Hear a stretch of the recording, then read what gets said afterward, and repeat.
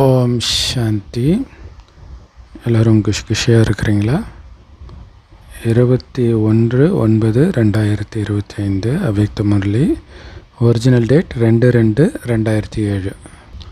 முரளியுடைய தலைப்பு பரமாத்மா பிராப்திகளில் ஒருத்தர் நிரம்பி இருக்கிறாங்க அப்படின்னா அவங்களுடைய அடையாளம் என்ன தெரியுமா? பியூரஸ்ட், ஹையஸ்ட், ரிச்சஸ்டாக இருப்பாங்க. இல்லை, நம்பர் 1 தூய்மை, நம்பர் 1 உயர்ந்த நிலை, நம்பர் 1 பணக்கார நிலை. இது அவங்கக்கிட்ட தென்படும். அவங்க தான் அனைத்து பிராப்திகளிலும் நிரம்பியவர்கள். இன்றைக்கி உலகத்தையே மாற்றக்கூடிய பாப்தாதா தனக்கு துணையாக இருக்கிற குழந்தைங்களை சந்திக்கிறதுக்கு தான் வந்திருக்கிறார். ஸோ ஒவ்வொரு குழந்தையுடைய நெற்றியிலும் விசேஷமாக பரமாத்மாவுடைய விசேஷ பிராப்திகளை பார்க்குறார். ஒரு குழந்தையுடைய நெற்றியிலும் அந்த பரமாத்மா பிராப்திகள் தெரியுது. என்னென்ன பிராப்திகள்? 1 தூய்மை, 2வது உயர்ந்த தன்மை சிரேஷ்டம், 3வது செல்வந்த நிலை, அனைத்து செல்வங்களிலும் நிரம்பிய நிலை. இதை பார்க்குறார். இந்த ஞானத்துடைய அஸ்திவாரமே தூய்மை ஆகிறதுல தான் இருக்குது. ஸோ அதனால் ஒவ்வொரு குழந்தையும் தூய்மையாக இருக்கிறீங்க. தூய்மைனா பிரம்மச்சரியம் மட்டும் கிடையாது. பிரம்மச்சரியம் ரொம்ப முக்கியம், ஆனால் அது மட்டுமே கிடையாது. எண்ணம், சொல், செயல், சம்பந்தம், தொடர்பு எல்லாத்துலேயும் தூய்மை. இல்லை, வீண் எண்ணம் இல்லாமல் இருக்கிறது, சுபபாவனை மட்டுமே வைக்கிறது, அதுதான் மனதினால் வர தூய்மை. ஸோ இனிமையான வார்த்தை பேசுகிறது, அது வார்த்தையினால் வர தூய்மை. ஸோ இப்படி எண்ணம், சொல், செயல், சம்பந்தம், தொடர்பில் தூய்மை இருக்கணும். பரமாத்மாவுடைய குழந்தைகள் பிராமண ஆத்மாக்களாகிய நீங்கள் முதல், இடை, கடை முக்காலத்திலும் தூய்மையாக தான் இருக்கிறீங்க. முதல்ல ஆத்மா பரந்தாமத்தில் இருக்குது, அங்கேயும் தூய்மையாக தான் இருக்குது. பிறகு ஆதியில் வரும் பொழுது ஆதியிலும் தேவதா ரூபத்தில் தூய்மையான ஆத்மாவாக தான் இருக்கிறீங்க. ஸோ தூய்மை அப்படின்னா என்ன தெரியுமா? தூய்மையாக இருக்கிற ஆத்மாவுடைய விசேஷ குணம் என்ன தெரியுமா? அவங்க இல்லறத்தில், குடும்பத்தில் இருந்தால் கூட சம்பூர்ண தூய்மையாக இருப்பாங்க. ஒரு பற்றுன்ற அழுக்கு இருக்காது, கோபன்ற அழுக்கு இருக்காது, காமன்ற அழுக்கு இருக்காது. இந்த அழுக்கெல்லாம் ஈஸியாக குடும்பத்தில் வந்துடும் இல்லையா? ஆனால் குடும்பத்தில் இருந்துக்கிட்டே இந்த அழுக்கு இல்லாமல் முழு தூய்மையாக இருக்கிறதுக்கு பேர் தான் தூய்மை. ஸோ மற்றவர்களும் தூய்மையாக ஆகிறாங்க இல்லையா? கிறிஸ்தவ மதத்தில் கன்னிகாஸ்தை, இந்து மதத்தில் துறவிகள், இவங்களுமே தூய்மையாக தானே இருக்கிறாங்க. ஆனால் கணவன் மனைவி ஒன்றா இருந்துக்கிட்டு தூய்மையாக இருக்கிறது நாம் மட்டும்தான். உங்களுடைய தூய்மையின் விசேஷத்தன்மை என்ன தெரியுமா? கனவுல கூட அழுக்கான விஷயத்தை உங்கள் மனமோ புத்தியோ தொடாது.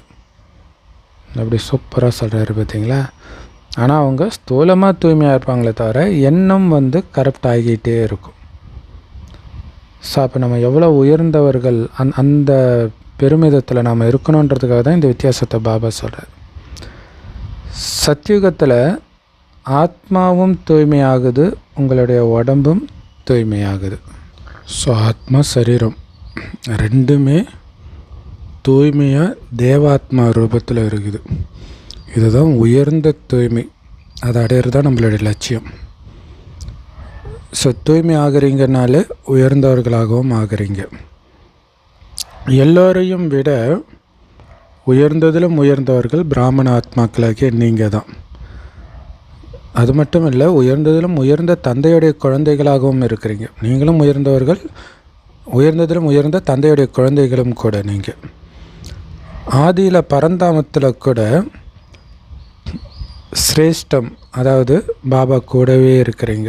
அப்படின்னா உயர்ந்தவராக தானே இருக்கிறீங்க இல்லையா? பாபாவுக்கு நெருக்கத்தில் பரந்தாமத்தில் நீங்கள் தான் இருப்பீங்க, மற்றவங்களாம் எட்ட தான் இருப்பாங்க. ஸோ இடையில் பூமிக்கு வந்த பிறகு இல்லையா, அந்த பரந்தாமத்தை ஃபஸ்ட்டு நிறுத்திங்கன்னா சத்தியுகம் இடையாயிடுச்சு. அப்போ இடையில் பூஜ்ய ஆத்மா, பூஜைக்குரியவராகவும் நீங்கள் தான் இருக்கிறீங்க. ஸோ அப்போ அதுவும் உயர்ந்தது இல்லையா? சாரி, அது பூஜைக்குரிய ஆத்மா, அது ஆதி சத்தியுகத்தில். இடைன்றது துவாபர கலியுகம். அங்கே நமக்கு வந்து பூஜ்ய ஸ்வரூபத்தில் கோயில் கட்டி பூஜை பண்ணுறாங்க. ஸோ அங்கேயும் உயர்ந்தவர்களாக தான் இருக்குங்க. எவ்வளோ அழகான கோயில் கட்டுறாங்க பாருங்கள், எவ்வளோ விதிப்படி உங்களுக்கு பூஜை நடக்குது. ஸோ உங்களுடைய கோயிலில் எந்த அளவுக்கு விதிப்படி தேவதைகளுக்கு பூஜை நடக்குதோ அந்த அளவுக்கு மற்றவர்களுக்கு கோயிலே கட்டினா கூட பூஜை இல்லாமல் நடக்காது விதிப்படி. நமக்கு மட்டும்தான் அந்த மாதிரி விதிப்படி பூஜை நடக்குது. ஸோ இதில் வந்து என்ன நிரூபணம் ஆகுது, நீங்கள் தூய்மையாக மட்டும் இல்லை, உயர்ந்தவர்களாகவும் இருக்கிறீங்க. அதனால தான் உங்கள் அளவுக்கு வேறு யாருக்குமே விதிபூர்வமாக பூஜை நடக்கிறது கிடையாது. ஸோ அது மட்டும் இல்லை, செல்வந்தர்களாகவும் இருக்கிறீங்க. உலகத்திலே நம்பர் 1 பணக்காரன் அப்படின்னு சொல்கிறாங்க இல்லையா, பில்கேட்ஸு, எலான் மஸ்கெல்லாம் சொல்லுவாங்க. ஆனால் சிரேஷ்ட ஆத்மாக்களாகிய நீங்களோ கல்பத்திலேயே மிகப்பெரிய பணக்காரர்களாக இருக்கிறீங்க. முழு கல்பத்திலையும், உலகத்துக்கு மட்டும் இல்லை, முழு கல்பத்துக்கும். ஏன்னா இப்போ இருக்கக்கூடிய நம்பர் 1 பணக்காரன் முந்தைய ஜென்மத்தில் கம்பேர் பண்ணும்போது அவ்வளோ பணக்காரனா இப்போ இருக்கிறவங்க இருக்க முடியாது. அப்போ இந்த 5000 வருடத்திலே அதிக பணக்காரர்கள் நாம் தான். முழு கல்பத்திலும் செல்வந்தர்களாக இருக்கிறீங்க. உங்களுடைய பொக்கிஷங்களுடைய நினைவு வருது. எவ்வளோ பொக்கிஷங்களுக்கு எஜமானர்களாக இருக்கிறீங்க. அழிவற்ற பொக்கிஷங்களை இந்த ஒரே பிறவியில் பிராப்தி அடைகிறீங்க இல்லையா. இந்த 2500 வருடத்துக்கு மிகப்பெரிய பணக்காரராக இருக்க போகிறீங்க. அத்தனையும் இப்போ அடைஞ்சிட்டு இருக்கிறீங்க பிராப்தியாக. அதுதான் உங்களுக்கு பல பிறவிகளுக்கு கூடவே வருது. வேறு யாருடைய பொக்கிஷமும் பல பிறவிகளுக்கு கூடவேலாம் வர்றது கிடையாது. அதிகபட்சம் தானம் புண்ணியம் பண்ணாங்கன்னா ஒரு ஜென்மம் மட்டும் வரும் அந்த புண்ணிய கணக்கு, அவ்வளோதான். ஆனால் உங்களுடைய பொக்கிஷம் மட்டும்தான் ஆன்மீகமானது. ஏன்னா அது ஆத்மாவில் நிரம்பி இருக்குது. அதனால் ஆத்மா அழிவற்றது மாதிரி அதோடய பொக்கிஷமும் அழிவற்றதாக தொடர்ந்து வந்துக்கிட்டே இருக்குது. சக்திகளின் பொக்கிஷம், ஞானத்தின் பொக்கிஷம், குணங்களின் பொக்கிஷம், சிரேஷ்ட சங்கல்பத்தின் பொக்கிஷம் மற்றும் நிகழ்கால நேரத்தின் பொக்கிஷம், இப்படி அனைத்து பொக்கிஷங்களுக்கும் ஜென்ம ஜென்மங்களுக்கு உங்கள் கூடவே இருக்குது. ஸோ இப்போ நம்ம பாபா கிட்டேருந்து அடையிற பொக்கிஷம், இந்த ஞானமும் சரி, குணமும் சரி, உயர்ந்த எண்ணமும் சரி, இது எல்லாமே நம்ம கூடவே பல ஜென்மங்களுக்கு தொடர்ந்து வந்துக்கிட்டே இருக்கும். அடையிறது என்னமோ இந்த ஒரு ஜென்மத்தில் தான் அடையிறோம். ஆனால் ஆத்மா கூடவே இதெல்லாம் வந்துடுது பல ஜென்மங்களுக்கு. ஏன்னா அனைத்து பொக்கிஷங்களையும் கொடுக்குற வள்ளல் பரமாத்மா தந்தையின் மூலமாக பிராப்தியாக கிடச்சிருக்குது இல்லை. மற்றவர்கள் கொடுக்கறதெல்லாம் கொஞ்ச நேரத்துக்கு தான் இருக்கும். இங்கே கொடுக்கறது கடவுள். அதனால் அது நமக்கு பல ஜென்மத்துக்கு வந்து நம்ம கூடவே வருது. அதனால் என்னுடைய பொக்கிஷம் அழிவற்ற பொக்கிஷம்ன்ற போதை இருக்குதா இல்லையா. நாம் இப்போ சேர்த்து வைக்கிற எதுவுமே அழியக்கூடியதில்லை, அழிவற்றது. அந்த போதை இருக்கணும் இல்லையா. இப்போ நீங்கள் ஒரு சேவை செய்கிறீங்கன்னா சேமிப்பாகுது, அழிவற்ற கஜானாவில் சேமிப்பாகுது. அதை ஞாபகம் வச்சுக்கணும். இப்போ தான் அந்த ஆனந்தம் இருக்கும். ஸோ இந்த ஆன்மீக பொக்கிஷங்களை அடையிறதுக்காகத்தான் நம்ம சகஜயோகியாக ஆகி இருக்கிறோம் இல்லை. நிரந்தரமாக பாபா நினைக்கிறது எதுக்கு, அந்த பொக்கிஷங்களை நம்ம அடையிறதுக்கு அடைஞ்சிக்கிட்டே இருக்கிறோம். நினைக்க அடையிறோன்ற நினைப்போடு நினைக்கணும். அப்போ தான் அந்த போதை வரும். அப்போ தான் அந்த நினைவை நீங்கள் அதிகப்படுத்துவீங்க ஆர்வத்தோடு. நினைவு சக்தியின் மூலம் பொக்கிஷங்களை சேமிப்பு பண்ணுறீங்க இல்லை. 5000 வருஷத்துக்கு தேவையானதை இப்போ சம்பாதிச்சு வைக்கிறீங்க. இப்போ எல்லாருமே லௌகீகத்துலேயும் அப்படி தானே, பிற்காலத்துக்கு தேவைன்ட்டு முன்னாடியே சேமித்து வைக்கிறாங்க. ஆனால் அது அழியக்கூடியது. அதை இவங்க அனுபவிப்பாங்களா அப்படிங்கிறது டவுட்டு. ஆனால் இது கண்டிப்பாக நம்ம தான் அனுபவிப்போம். ஸோ அதனால தான் நினைவின் மூலமாக சேமிக்கிறோம். பாபாவை, சக்திகளை, ஞானத்தை, சொர்க்கத்தை, இதெல்லாம் எந்த அளவுக்கு நினைக்கிறீங்களோ, குணத்தை, இதெல்லாம் எந்த அளவுக்கு நினைக்கிறீங்களோ அந்த அளவுக்கு பொக்கிஷம் சேமிப்பாகும். இந்த நேரத்துலையும் இல்லை, எதிர்காலத்தில் மட்டும் இல்லை, இப்போவே நீங்கள் அனைத்து பொக்கிஷங்களையும் நிரம்பி இருக்கிறீங்க. கவலையற்ற மகாராஜாவாகவும் இருக்கிறீங்க. உங்களுக்கு ஏதாவது கவலை இருக்குதா என்ன? ஏன்னா உங்ககிட்ட இருக்கிற இந்த பொக்கிஷத்தை எந்த திருடனாலும் திருட முடியாது இல்லையா. மற்றதை திருடுவான், கவர்மெண்ட் டேக்ஸு போடும், ஊறப்பட்ட பிரச்சனை. ஆனால் நம்ம சேமித்து வச்சுருக்கிற பொக்கிஷனை திருட முடியாது, ராஜாவும் அனுபவிக்க முடியாது, அரசாங்கமும் அபகரிக்க முடியாது, தண்ணியில் மூழ்காது, நெருப்பில் எரியாது இல்லையா. ஆத்மா மட்டும் இல்லை, ஆத்மா சேர்த்து வச்சுருக்கிற இதுவும் அப்படி தான் அழியாது. அதனால் கவலையற்ற சக்கரவர்த்தியாக, ஆனந்தமான சக்கரவர்த்தியாக இருக்கிறீங்க இல்லையா. ஸோ அதனால் இந்த பொக்கிஷங்களுடைய நினைவு சதா இருக்குது தானே. ஏன்னா நினைக்க இது சேமிப்பாகும். அந்த நினைவும் ஏன் உங்களுக்கு ஈஸியாக இருக்குது? ஏன்னா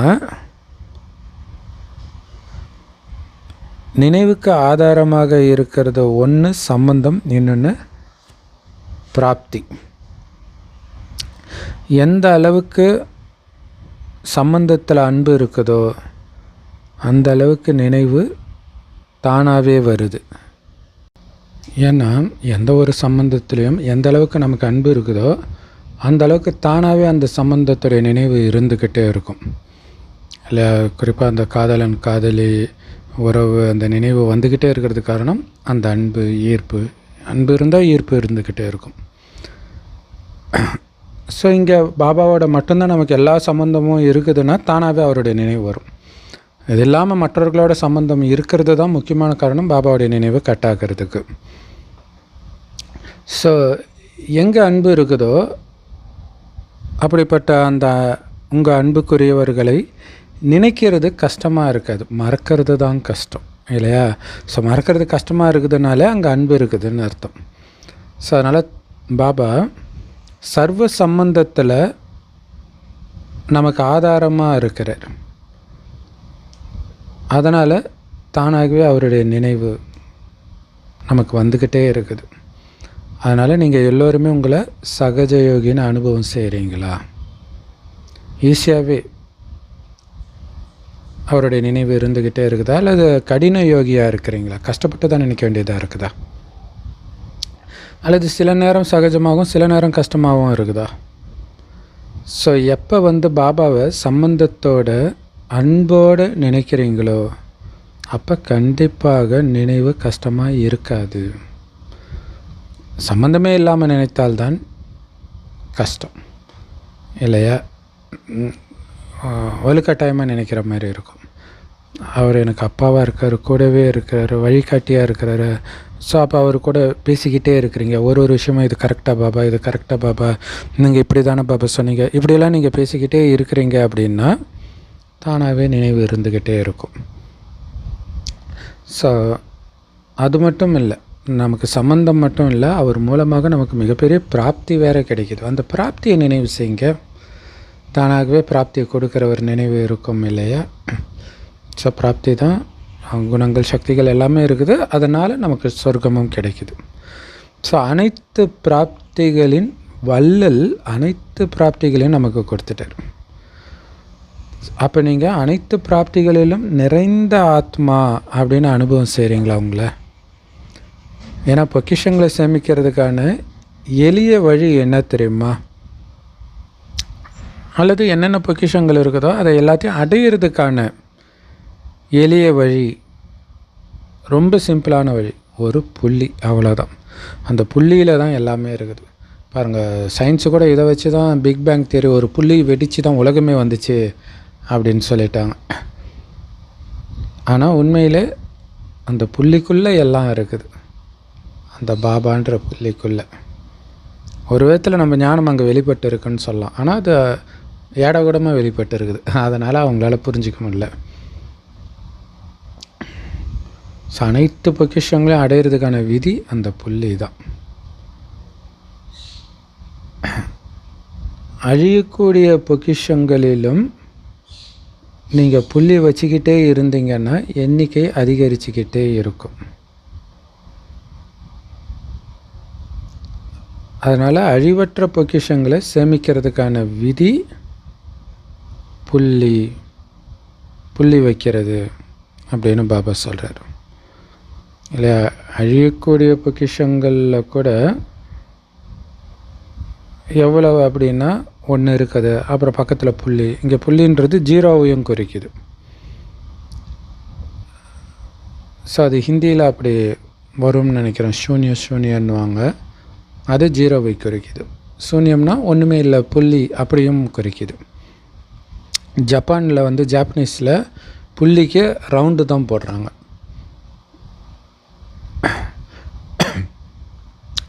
ஸோ ஜப்பானில் இருக்கிற பாபா குழந்தைங்களுக்கு இது இன்னும் ஈஸியாக தாரணை பண்ண முடியும். அதேமாதிரி எப்படி அழியக்கூடிய பொக்கிஷங்களுக்கும் புள்ளி வச்சுக்கிட்டே இருந்தால் அதிகரிக்குதோ எண்ணிக்கை இல்லை என்றது, அந்த மாதிரி இங்கே அழிவற்ற பொக்கிஷங்களை சேமிக்கிறதுக்கான விதி புள்ளி வைக்கிறது. ஆத்மான்ற புள்ளி வைங்க, பரமாத்மான்ற புள்ளி வைங்க, நாடகத்தில் நடந்த அத்தனைக்கும் முற்றுப்புள்ளி வைங்க. அதான் 3 புள்ளி. ஸோ புள்ளி வைக்க வருது தானே, ஏன்னா எல்லாத்தையும் விட ரொம்ப ஈஸியானது புள்ளி வைக்கிறது தானே. ஆத்மா நான் புள்ளியாக இருக்கிறேன், என்னுடைய அப்பாவும் புள்ளியாக இருக்கிறாரு அப்படின்ற நினைவின் மூலம் தானாகவே எல்லா பொக்கிஷங்களும் சேமிப்பாயிடுதுன்ற. நானும் புள்ளி, என்னுடைய அப்பாவும் புள்ளி. ஸோ புள்ளியை நினைக்கிறது ஈஸி, ஒரு வினாடி தான் ஆகும் இல்லையா. ஸோ ஒரு வினாடியில் புள்ளியை நினைக்கிறதுனால எவ்வளோ குஷி ஏற்படுதுன்றது. ஏன்னா அந்த புள்ளிக்குள்ளே தான் எல்லாத்தையும் நாம் அடைய போகிறோம். அந்த போதையோடு நினைக்கணும். இந்த அனைத்து பொக்கிஷங்களும் உங்களுடைய இந்த பிராமண வாழ்க்கையின் அதிகாரம்ன்றார் இல்லையா. பிராமண வாழ்க்கை வாழ்கிறவங்களுக்கு இதன் மீது உரிமை இருக்குது, அனைத்து பொக்கிஷங்களுக்கும். ஏன்னா குழந்தையாகிறீங்கனாலே அதிகாரி ஆகிறதானே. ஒரு லௌகிக அப்பாவுக்கு ஒருத்தர் பிறக்கிறாரு குழந்தையானாலே, அந்த லௌகிக அப்பாவுடைய சொத்துக்கு அந்த குழந்தை அதிகாரி தானே.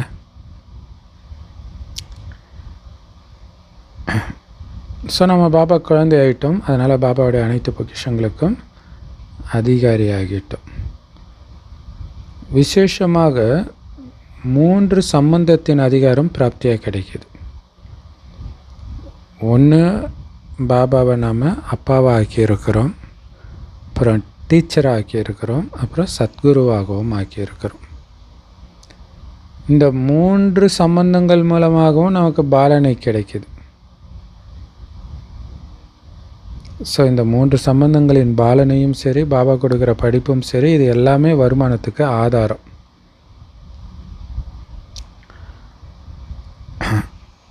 இது இல்லாமல் இல்லையா, படிப்பு மெயினாக டீச்சர் கொடுக்குறாங்க. ஸோ டீச்சர் மூலமாக வருமானம் நமக்கு கிடைக்கிது. வருமானத்துக்கு ஆதாரம் படிப்பு. அடுத்த சத்குரு மூலமாக வரதானம் கிடைக்கிது. எவ்வளவு ஈஸியாக வரம் கிடைக்கிது. ஏன்னா அப்பா கிட்டேருந்து வரத்தை பெறுவது தான் குழந்தைங்களுடைய பிறப்புரிமையே. வரமாக கிடைக்கிது நமக்கு எல்லாமே. பாப்தாதா ஒவ்வொரு குழந்தையுடைய சேமிப்பு கணக்கை சோதிக்கிறார், எவ்வளோ குழந்தை சேமிச்சிருக்குன்ட்டு. நீங்களும் உங்களுடைய ஒவ்வொரு நேரத்தின் சேமிப்பு கணக்கை செக் பண்ணிக்கிட்டே இருங்க இல்லையா. 1 மணி நேரத்தில் நான் எவ்வளோ சேமித்தேன் இல்லை, இப்போ எவ்வளோ நேரம் பாபா நினச்சேன்றதுக்கு பதில் எவ்வளோ சேமித்தேன்னு நினைங்க. சூப்பர் இல்லை. ஏன்னா நினைவு இங்கே சேமிப்பு தானே ஆகுது. ஸோ இப்போ 1 மணி நேரம் நினச்சேன்றதுக்கு பதில் அந்த 1 மணி நேரம் நீங்கள் ரஃபாக ஒரு $1 மில்லியன் $1 பில்லியன் அப்படி போட்டுக்கலாம். அப்போ நான் எவ்வளோ சம்பாதிச்சேன் அப்படின்னு செக் பண்ணலாம். சேமிப்பு ஆச்சா ஆகலையா அப்படின்னு அர்த்தம். பாபா நினச்சிங்களே, நினைவு இல்லாமல் கடந்துச்சா கடந்த 1 மணி நேரம். ஸோ அப்போ சேமிக்கிறதுக்கான விதி என்ன தெரியுமா? எந்த காரியம் செஞ்சாலும் அந்த காரியத்தில் தானும் திருப்தியாக இருக்கணும். யாரோடு சேர்ந்து அந்த காரியத்தை செஞ்சீங்களோ அவங்களும் திருப்தியாக இருக்கணும். ஸோ 2 பேரும் திருப்தியாக இருந்தால் தான் உங்களுக்கு சேமிப்பாகி இருக்குது. நீங்கள் செய்த கர்மத்தின் கணக்கு சேமிப்பாகுதுன்னு புரிஞ்சிக்கலாம். ஒருவேளை நீங்களோ அல்லது உங்கள் தொடர்பில் வரவங்களோ திருப்தியாக இல்லைன்னா சேமிப்பு ஆகலைன்னு புரிஞ்சுக்கோங்கன்றார். பாப்தாதா நேரத்தை பற்றி தகவலும் கொடுக்குறாரு. நிகழ்கால சங்கமயுகத்துடைய நேரம் முழு கல்பத்திலும் உயர்ந்த நேரம். முழு கல்பத்திற்கான ஆஸ்தியை உருவாக்குற நேரம் இது. அதனால தான் உயர்ந்ததிலும் உயர்ந்த நேரம்ன்றார்.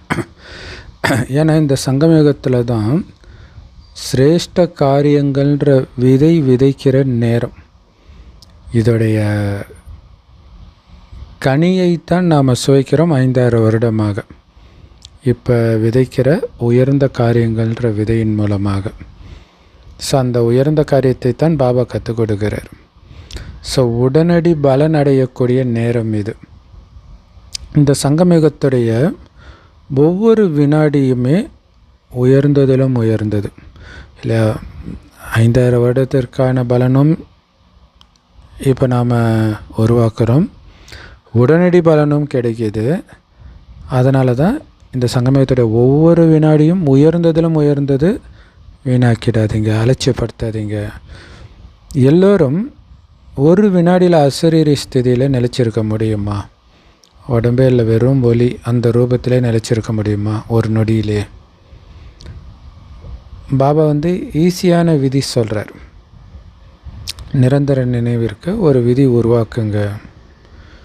முழு நாளும் ஏற்கனவே பிராப்தி சம்பந்தம் இதிலே ஈஸியான நினைவு இருக்கும். இது இல்லாமல் இப்போ பாபா என்னென்ன சொல்கிறாரு, முழு நாளும் எல்லோரும் 2 வார்த்தை பேசுகிறீங்க, பல முறை பேசுகிறீங்க. அது என்னது? நான் என்னது, நான் இந்த பண்ண அதை பண்ண, இது என்னோடது அது என்னோடது. இந்த 2 வார்த்தை நாள் முழுவதும் பேசிட்டு தானே இருக்கிறீங்க. எப்பெல்லாம் நான்ன்ற வார்த்தை சொல்கிறீங்களோ அப்போ நான் ஆத்மா அப்படின்னு பாபா அறிமுகம் கொடுத்துட்டார். அந்த நான் யாருன்ற அறிமுகத்தை கொடுத்துட்டார். அதனால் எப்பெல்லாம் நான்ன்ற வார்த்தை சொல்லுவீங்களோ அப்போ நான் ஆத்மான்றதை நினைவு செய்யுங்க. தனியாக நான்னு சொல்லாதீங்க, யோசிக்காதீங்க. யோசிக்கும்போது கூட நான் ஆத்மான்னு யோசிங்க. ஏன்னா நான் சிரேஷ்ட ஆத்மா, பரமாத்மா, பாலனையில் இருக்கக்கூடிய ஆத்மா அப்படின்னு உங்களுக்கு தெரியும். ஸோ நான் ஆத்மான்னு யோசிக்கிறது மட்டும் இல்லை, நான் என்ன மாதிரி ஆத்மா, உயர்ந்ததிலும் உயர்ந்த ஆத்மா, நேரடியாக இறைவனுடைய பாலனையில் இருக்கக்கூடிய ஆத்மா. கடவுளே என்னை வளர்க்கிறார். மேலும் எனதுன்ற வார்த்தை சொல்லும்போது என்னுடையவர் யார் இல்லை, இது என்னோடது அது என்னோடது. அப்போ என்னுடையவர் யாருன்றதை நினைவு செய்யுங்க. என்னுடையவர் பாபா, பரமாத்மா இல்லை, கடவுளே என்னுடையவராக இருக்கிறார். ஸோ எந்த அளவுக்கு பாபாவை என்னுடையவர் நினைப்பீங்களோ அந்த அளவுக்கு ஈஸியாக உங்களுக்கு நினைவு வரும்.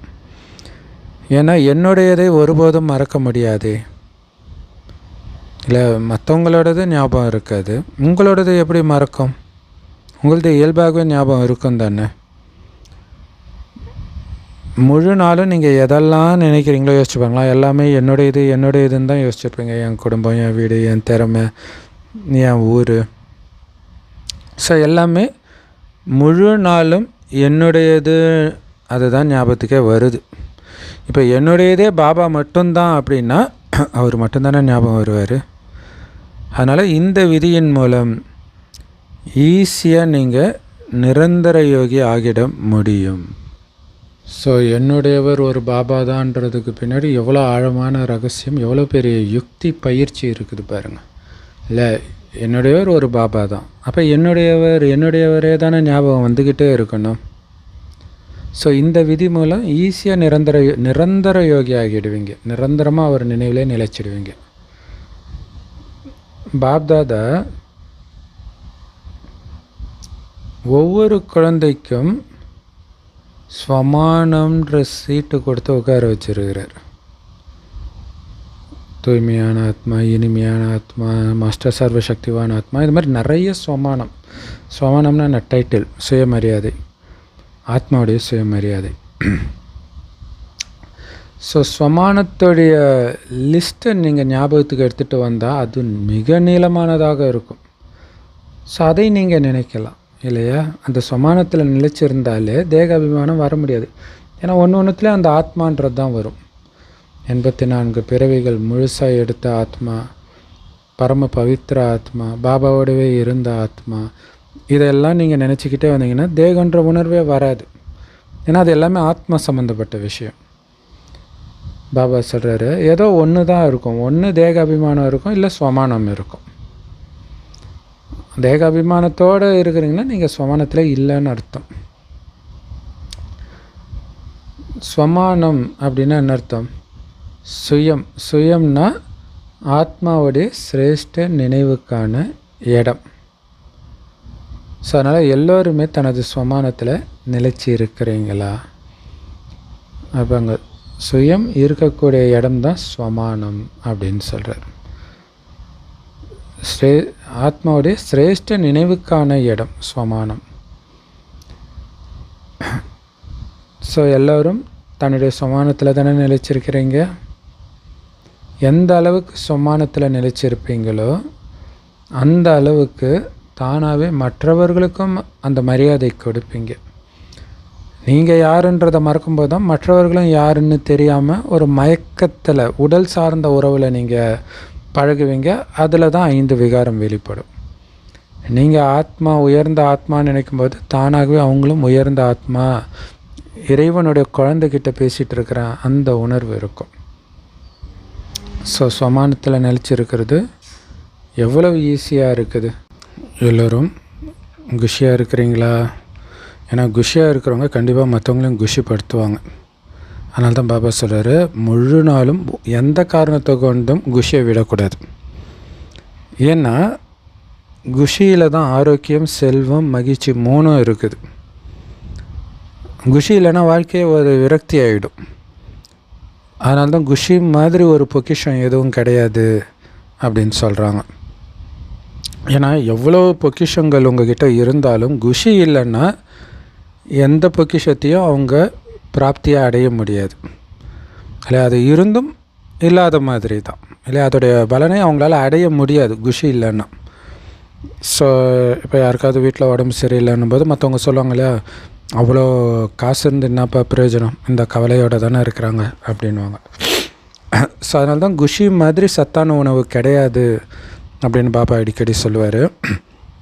ஏன்னா குஷி தான் செல்வமாகவும் இருக்குது, ஆரோக்கியமாகவும் இருக்குது, மகிழ்ச்சியாகவும் இருக்குது. ஸோ குஷியில் இந்த 3 வந்துடுது. அதேமாதிரி பாபாவும் அழிவற்ற குஷின் பொக்கிஷம் கஜானாவே கொடுக்குற. ஸோ அப்போ அப்பா கொடுத்த கஜானாவை இழக்கலாமா? அதனால் சதா குஷியாக இருக்கணும். அதுதான் உங்களுக்கு வீட்டு பாடம். எல்லோருக்கும் குஷியை பகிர்ந்தும் கொடுக்கணும். நீங்களும் குஷியாக இருக்கணும், மற்றவங்களுக்கும் கொடுக்கணும். ஏன்னா எந்த அளவுக்கு நீங்கள் கொடுக்குறீங்களோ அந்த அளவுக்கு உங்களுடைய குஷி அதிகரிக்கும். அனுபவம் செஞ்சு பாருங்கள். செஞ்சுருக்கீங்க தானே? ஸோ குஷி நீங்கள் பகிர்ந்து கொடுக்குறீங்க அப்படின்னாலே முதல்ல அது உங்களுக்குள்ளே அதிகரிக்கும். மற்றவங்கள குஷிப்படுத்துறதுக்கு முன்னாடி உங்களுக்குள்ளே குஷி அனுபவமாகும். ஸோ இந்த வீட்டு பாடம் எல்லாம் பண்ணிங்களா? கை உயர்த்தங்க பார்ப்போம் பண்ணியிருந்தீங்கன்னா. ஸோ யார் செஞ்சீங்களோ குஷியாக இருக்கணும். காரணம்லாம் சொல்லக்கூடாது, இதனால் தான் எனக்கு குஷி இல்லைன்ட்டு. நிவாரணத்தை எடுத்துகிட்டு வரணும், சமாதான ஸ்வரூபமாகணும். ஸோ அதனால் கை உயர்த்துங்க. ஆனால் இப்போ நான் அந்த நிலையை அடைஞ்சிட்டேன்னு நீங்கள் சொல்ல மாட்டீங்க. ஏன்னா நிறைய குழந்தைங்க ரிப்போர்ட் அனுப்பியிருக்கிறாங்க, பாபா நான் இத்தனை சதவீதம் ஓகேவாக இருக்கிறேன் அப்படின்ட்டு. ஸோ அப்படி பர்சன்டேஜ் இருக்குது இல்லையா? 100% இல்லை. ஆனால் நீங்கள் லட்சியம் வச்சுட்டிங்கன்னா தானாகவே லட்சணத்தில் வந்துடும். நல்லது. ஸோ ரெட்டை வெளிநாட்டு சகோதர சகோதரிகளோட சந்திப்பு. வெளிநாட்டுக்காரங்களுக்கு தன்னுடைய ஒரிஜினல் அயல் நாட்டை மறந்திருக்க மாட்டீங்க.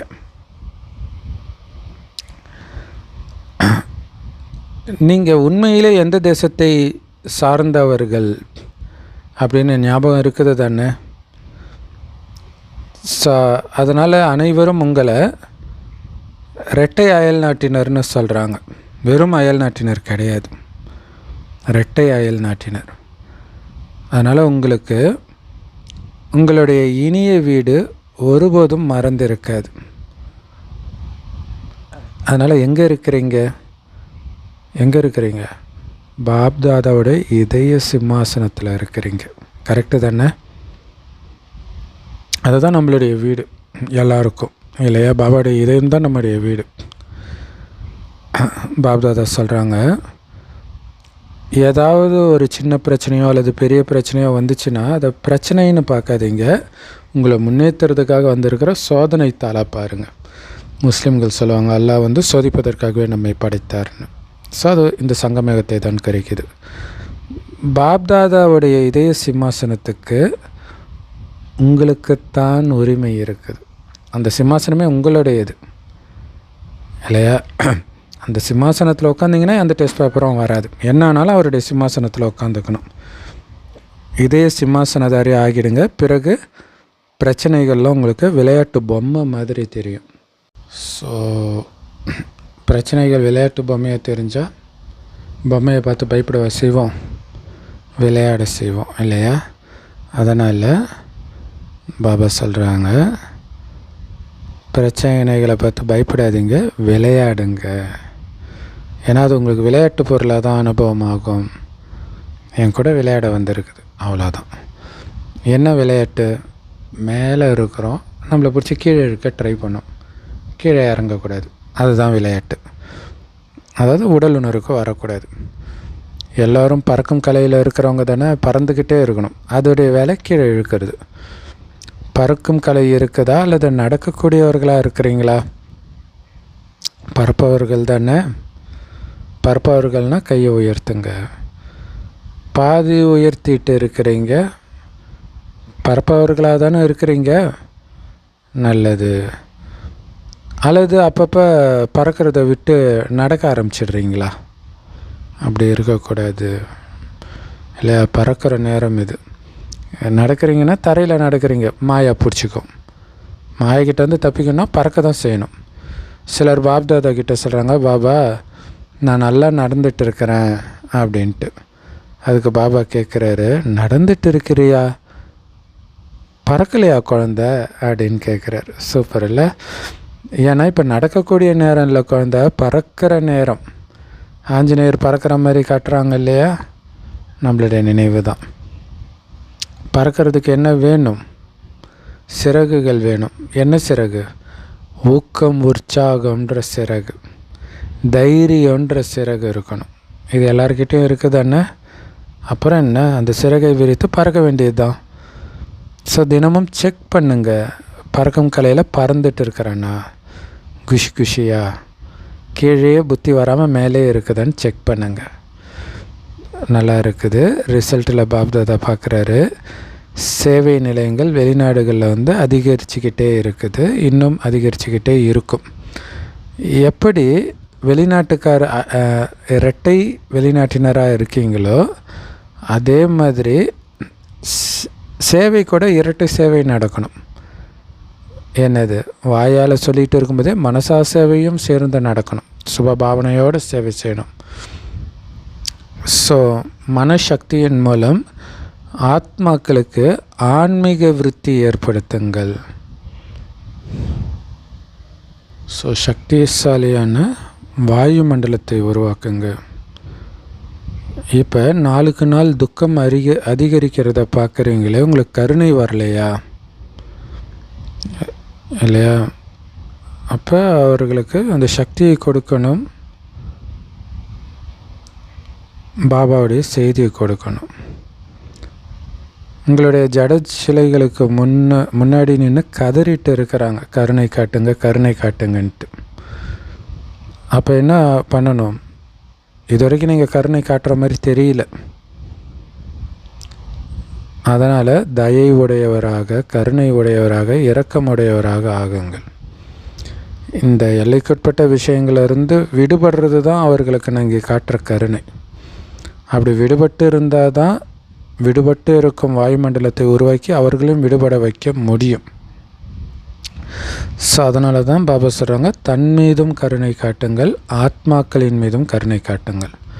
இல்லை, முதல்ல உங்கள் மேலே கருணை காட்டி நீங்கள் விடுபடும்போது தான் மற்றவர்களை விடுபட வைக்க முடியும். நல்லது.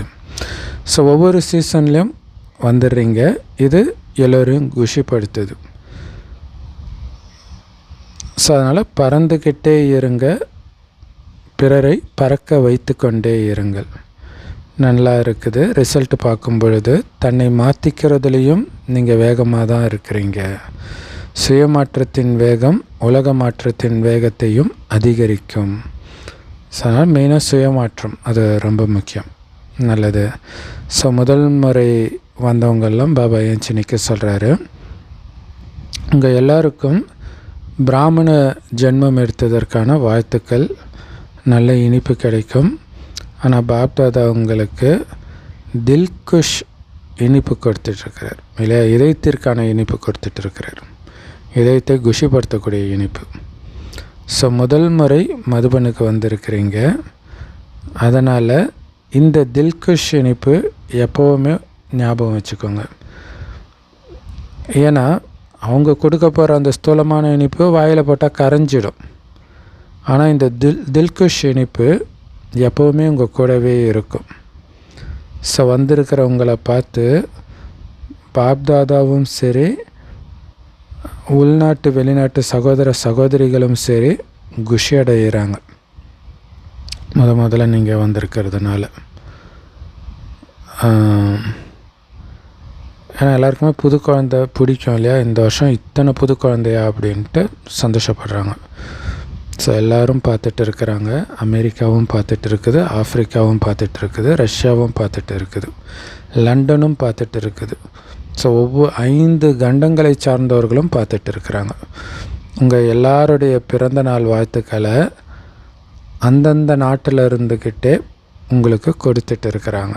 நல்லது. ஸோ ஆக்சுவலாக கொடுத்துட்டு இருக்கிறாங்கன்னும் பொழுது எல்லோரும் கொடுக்குறாங்களா? கொடுக்கணுன்றத பாபா சிக்னல் கொடுக்குறார் இல்லையா? புது குழந்தை பார்த்தா உங்களுக்கு சந்தோஷம்லாம் வரணும். பொறாமையாக வர்றது இல்லை, யாரோ அப்படி நினச்சிட்டு இருக்கிறதா? ஏன்னா இதை வச்சு ஒரு கதை கூட வருது. முருகன் பிள்ளையார் இது இல்லாமல் ஒரு பொண்ணு கூட சிவன் பார்வதிக்கு இருக்கும். அதை பார்த்து முருகனுக்கே பொறாமை வரும். ஸோ அப்படி இருக்கக்கூடாது. பாப்தாதாவுடைய ஆன்மீக ட்ரில் ஞாபகம் இருக்குது தானே? ஸோ பாப்தாதா எந்த குழந்தையாக இருந்தாலும் சரி, புதுசு குழந்தையாக இருந்தாலும் சரி, ரொம்ப பழைய குழந்தையாக இருந்தாலும் சரி, வயசில் சின்ன குழந்தையாக இருந்தாலும் சரி, வயசானவங்களாக இருந்தாலும் சரி, எல்லாருமே சீக்கிரமாக பாபாவுக்கு சமமாகணும் அப்படிங்கிறது தான் பாபாவுடைய விருப்பம். ஆகவும் முடியுன்றார். அதுதான் ரொம்ப முக்கியம். சும்மா விரும்புறது மட்டும் கிடையாது.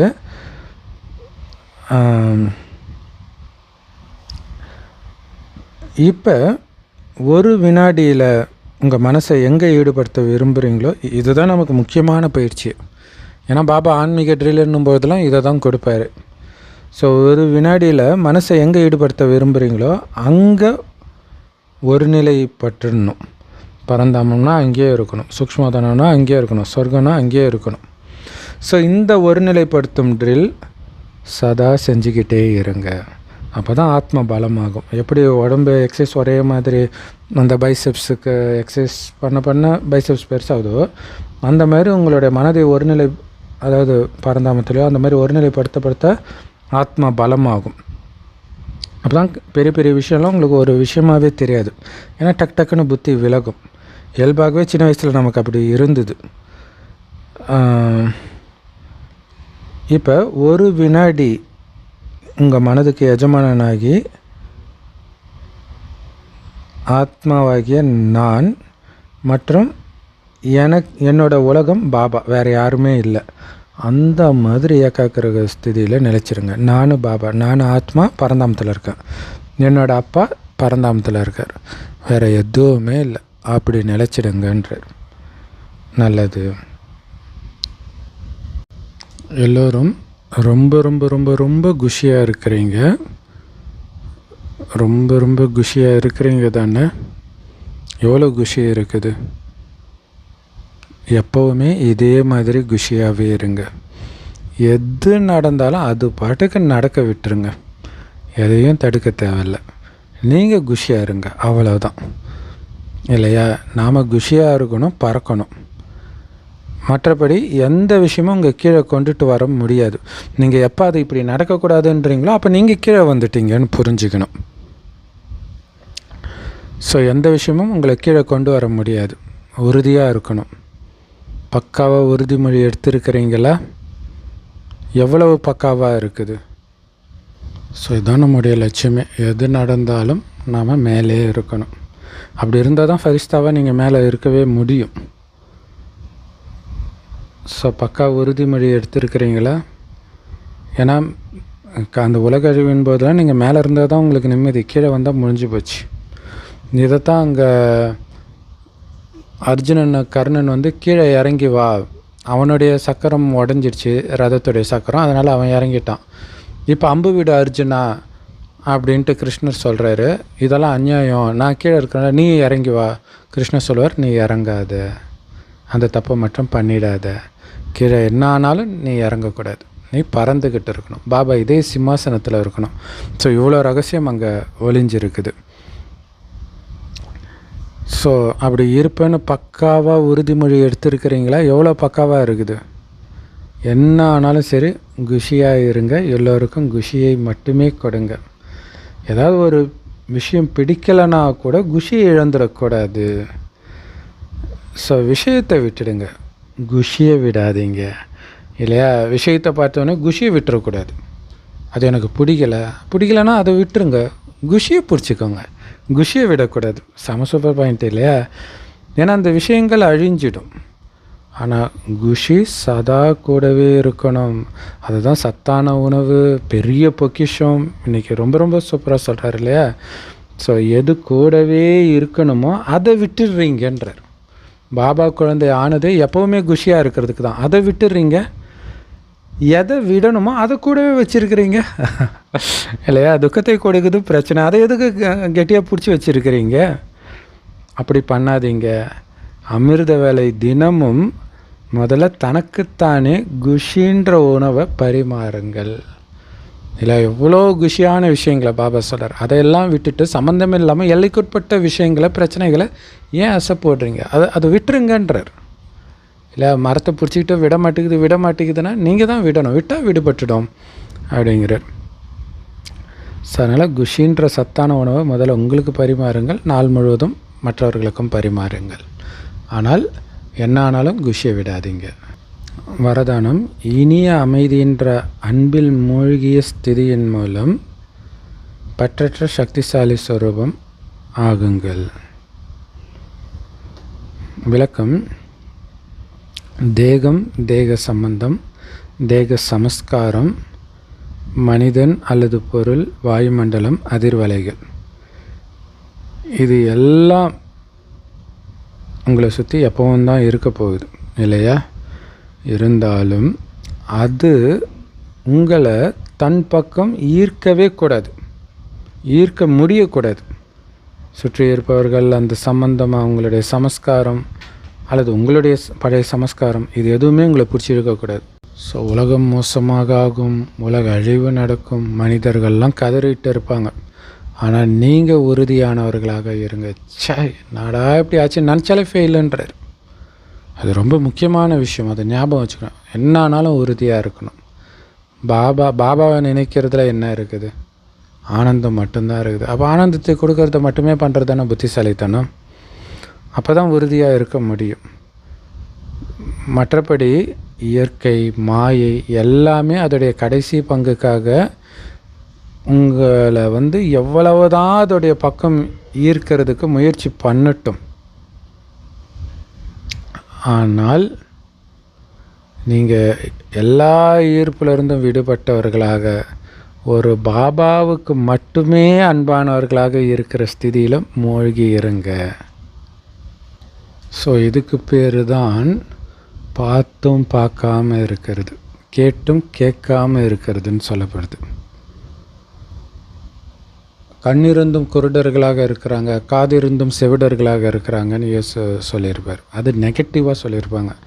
ஆனால் அப்படித்தான் இருக்கணுன்றது தான் ஞானம்.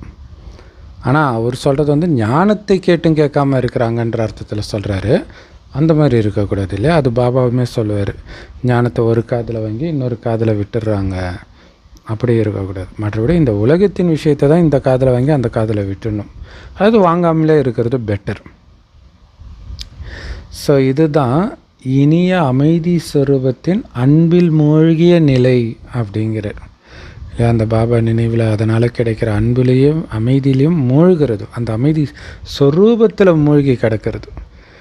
இப்படிப்பட்ட ஸ்திதி உங்களுக்கு எப்போ உருவாகுதோ அப்போ தான் அந்த பற்றற்ற சக்தி ஸ்வரூபத்தின் வரதானி ஆத்மான்னு சொல்ல முடியும் இல்லையா. பற்றற்ற சக்தியின் சொரூபமாக நீங்கள் ஆகணும் அப்படின்ட்டு பாபா கொடுக்குற வரம் உங்களுக்கு அப்போ தான் பிராப்தி ஆகி இருக்குதுன்னு அர்த்தம்.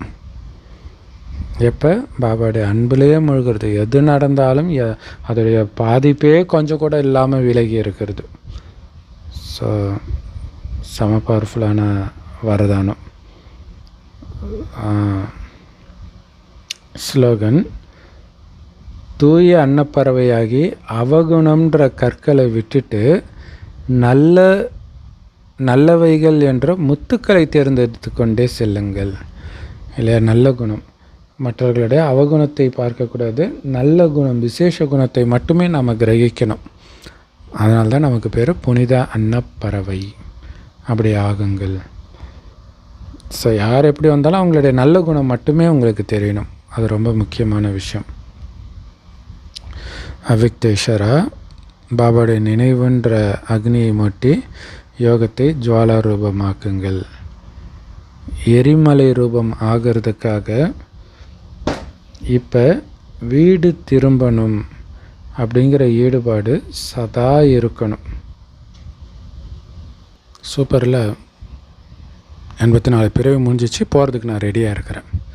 இது மைண்டில் ஓடிக்கிட்டே இருக்கிறது தான் எரிமலை ரூபம்ன்றார். அந்த ஈடுபாடு இருந்துக்கிட்டே இருக்கணும். நான் ரெடியாக இருக்கிறேன், கூப்பிட்டா வர்றதுக்கு தயாராக இருக்கிறேன், நான் சொர்க்கத்தில் போய் குழந்தையாக பிறக்க போகிறேன், கிருஷ்ணராக பிறக்க போகிறேன், ராஜாவாக போகிறேன். அந்த போதை, அது சம்மந்தப்பட்ட நினைவு மட்டுமே ஓடிட்டு இருக்கிறது தான் எரிமலை யோகம். உங்களுடைய நிராகார வீட்டுக்கு போகணும். அதனால் எல்லாத்துலேருந்தும் விடுபட்டு இருக்கணும். அப்போ தான் போக முடியும் இல்லையா. இங்கே இருக்கிற விஷயங்கள் உங்களை ஈர்த்தா எப்படி நீங்கள் அங்கே போக முடியும்? அதனால் உங்களுடைய வேஷத்தை கூட அப்படி நீங்கள் உருவாக்கிக்கணும், போகிறதுக்கு தயாராக இருக்கிறேன் அப்படின்ட்டு. அதனால் செல்ல வேண்டும், அனைவரும் திரும்பி அழைத்து செல்ல வேண்டும். இந்த நினைவு மட்டும்தான் எப்போவுமே இருக்கணும். இதன் மூலமாக தானாகவே அனைத்து உலகியல் ரீதியான சம்பந்தத்திலிருந்தும் இயற்கையின் கவர்ச்சிகளிலிருந்தும் விடுபட்டு இருப்பீங்க. சாட்சியாக இருப்பீங்க, அவ்வளோதான். சாட்சியாக இருக்குன்னு அர்த்தம். அதுக்கும் உங்களுக்கும் எந்த சம்மந்தமும் கிடையாது, அப்படி இருப்பீங்க. அப்படி சாட்சி ஆகிறதுனால ஈஸியாக பாபாவுக்கு துணையாக, பாபாவுக்கு சமமானவராக ஆகிடுவீங்க. ஏன்னா பாபா அப்படி தான் இருக்கிறார். ஸோ அவருக்கு சமமாக ஆவீங்க. கூடவே அவருடைய சேவைக்கு அவருக்கு துணையாகவும் ஆவீங்க. ஏன்னா அவருக்கு சமமாக இருந்தால் தான் அவருடைய சேவை பண்ண முடியும். So 3rd Sunday international yoga பண்ணுவோம் இல்லையா. ஸோ அதுக்கு சாயங்காலம் 6 to 7:30 விசேஷ யோக பயிற்சியில் உங்களுடைய அந்த ஃபரிஸ்தா ஸ்வரூபத்தில் நிலைத்திருந்து பக்தர்களுக்கு அவங்க கூக்குரல், அந்த கதறது, கோயிலும் சரி யுத்த மைதானத்திலும் சரி கதறிட்டு இருக்கிறாங்க இல்லையா. ஸோ அவங்களுக்கு உபகாரம் செய்யுங்க. என்ன பண்ணணும்? மாஸ்டர் தயை முரளியில் வந்துச்சு இல்லையா. மாஸ்டர் தயை உடையவராக, கருணை உடையவராக ஆகி எல்லோர் மீதும் கருணை பார்வை வைங்க. இவங்களுக்கு முக்தி கிடைக்கணும், ஜீவன் முக்தி கிடைக்கணுன்ற அந்த சுபபாவனை வைங்க. அந்த வரதானம் கொடுங்க, முக்தி ஜீவன் முக்திக்கான வரதானம் கொடுங்க. செம்ம powerful Murli. Love you Bap Dada. Thank you Bap Dada. குஷியாக இருங்க, குளிர்ச்சியாக இருங்க.